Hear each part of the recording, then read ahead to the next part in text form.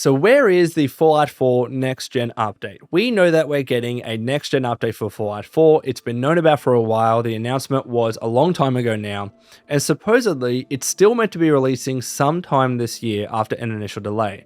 However, outside of that information, we don't know all that much else about this update.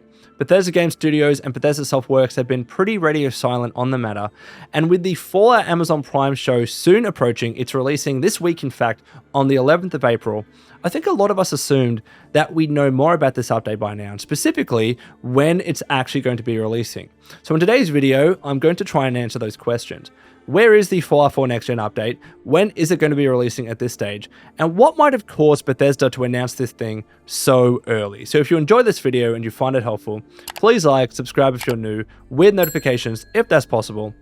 But let's start off going all the way back to the initial announcement of the Fallout 4 Next Gen update, which was the 23rd of October, 2022. Yes, it was that long ago. We're talking about a year and a half or so ago now. And they announced it as part of the Fallout 25th anniversary celebration, specifically on the date of the Great War in the canon or the lore of the Fallout franchise. And you can find that Bethesda.net article in the description below. This is where they announced it. And the article is titled, "Our Fallout 25th Anniversary Celebration concludes with interviews, events, and more perks." So specifically, this is what they had to say about the Fallout 4 Next Gen update in the article. Quote, "Fallout 4 is going next gen. Prepare for the future. A next gen update is coming to Fallout 4. Coming in 2023, this free update will be available for Xbox Series X and S, PlayStation 5, and Windows PC systems, including performance mode features for high frame rates, quality features for 4K resolution gameplay, bug fixes, and even bonus Creation Club content."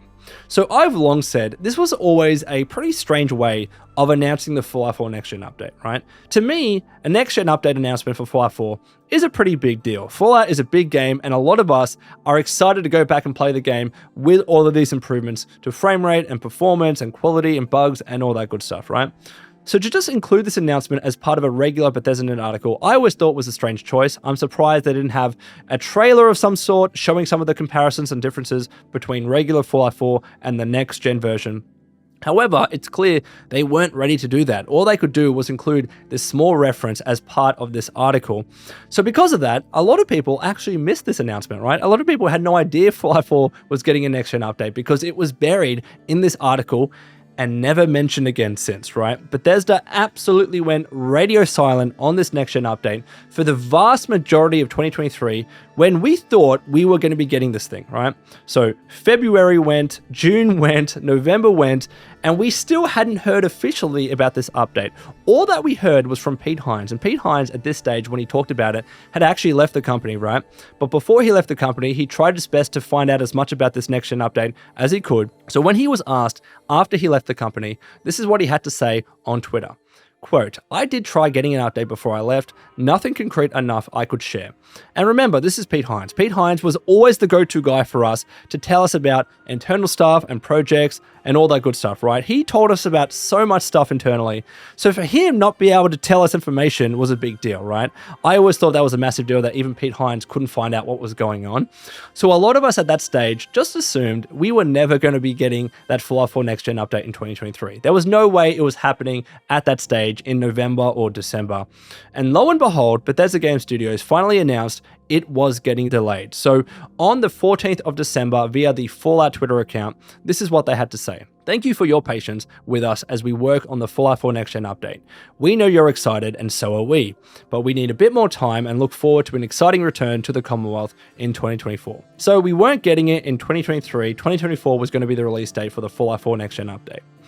But since then, radio silence. We have not heard anything else about this next gen update, which is a big deal because, as I alluded to, we have this big Fallout Prime video show soon releasing. It is releasing, as I said, on the 11th of April, and a lot of us thought it would be an amazing idea to release the Fallout 4 Next Gen update simultaneously with the show. It would be the best time to do so. If there was any time this year to do that, Absolutely in tandem with the show would have been the best strategy for Bethesda and even for Prime Video, right? It would have given hype on both sides of the argument.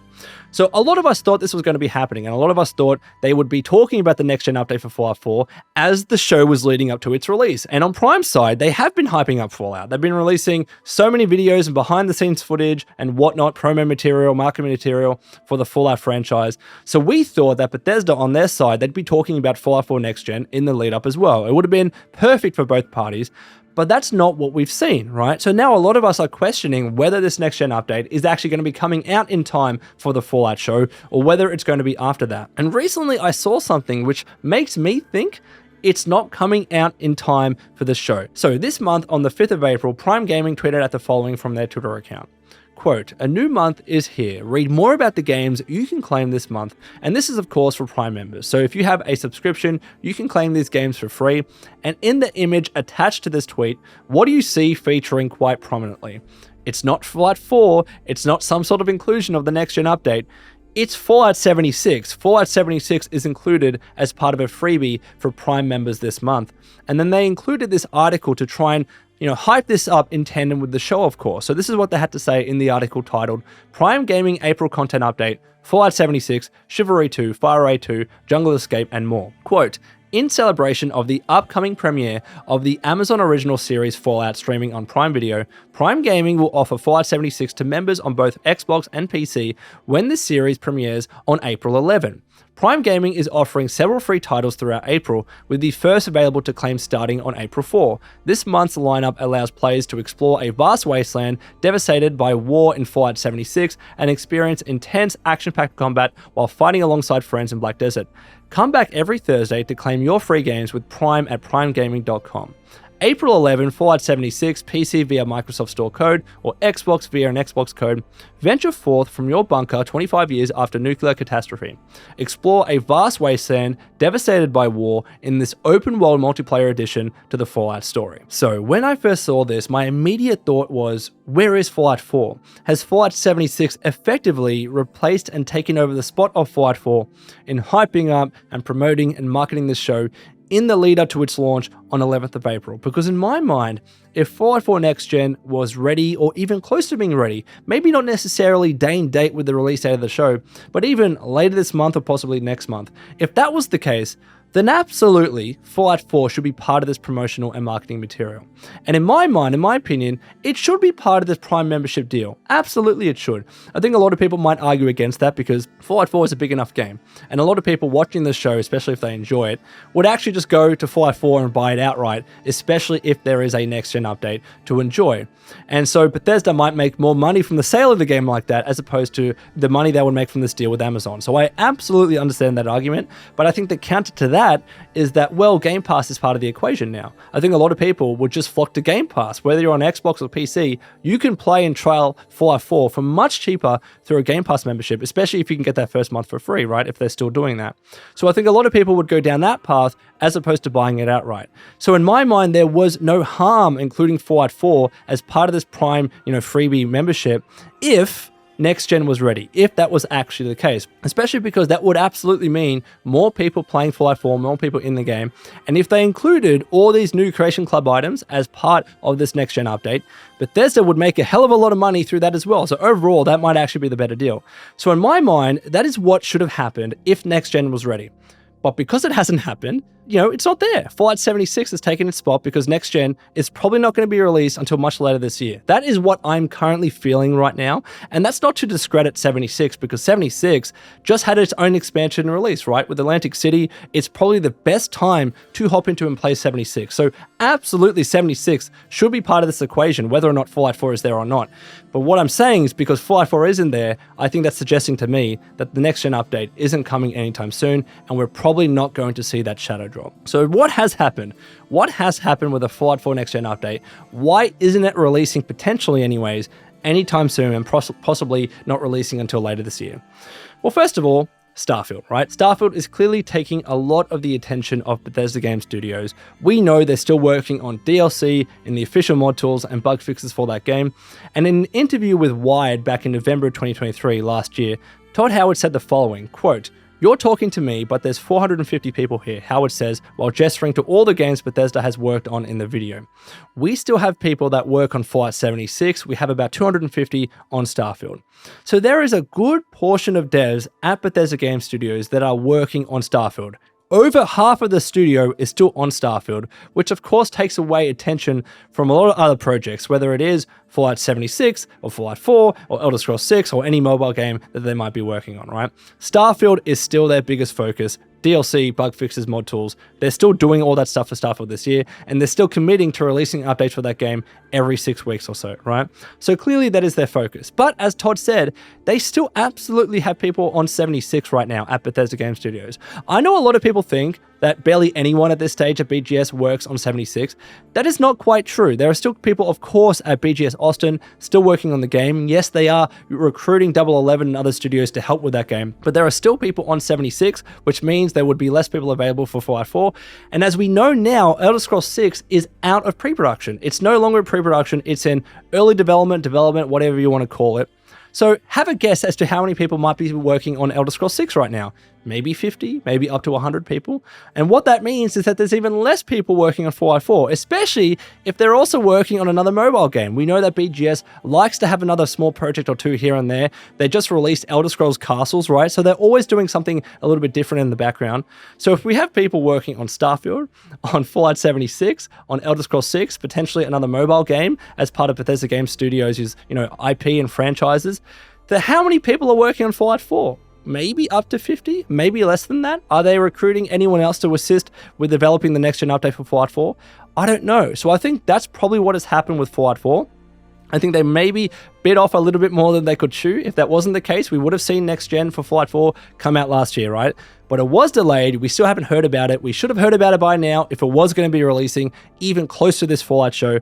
So because of that, my opinion is that a lot of other projects are just taking priority right now over Fallout 4 Next Gen, and we're probably going to be seeing it maybe sometime later this year.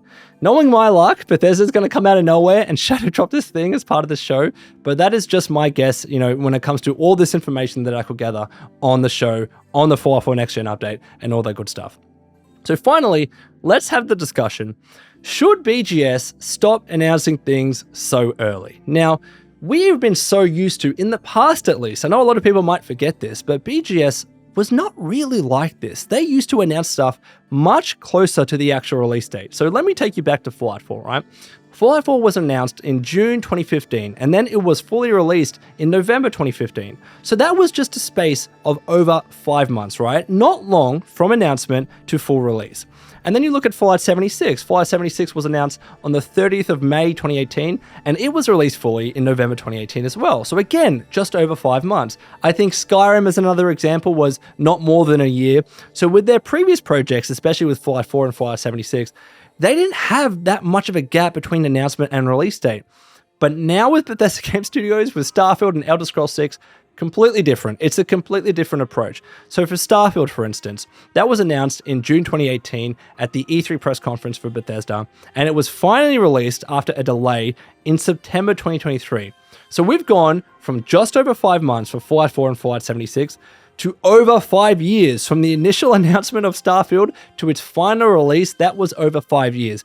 A very long time. And unfortunately, it's even worse for the Elder Scrolls 6. If you look at the Elder Scrolls 6, it was announced at the exact same time as Starfield in June 2018. Technically, I know it was mentioned by Todd Howard in an interview with Jeff Keighley back in June 2016 at E3, but would you call that a proper announcement or just a small reference to get people off their backs? I don't know. I only found out about that recently. I completely missed that. But no matter how you look at it, whether it is just 2018 or going back to 2016, both are still a very, very long time from the potential release date of Elder Scrolls 6. Phil Spencer has hinted that it might be 2028 at the earliest, which if you go back to 2018 even, that's still a potential gap of over 10 years compared to over 5 years for Starfield and over 5 months for Fallout 4 and Fallout 76.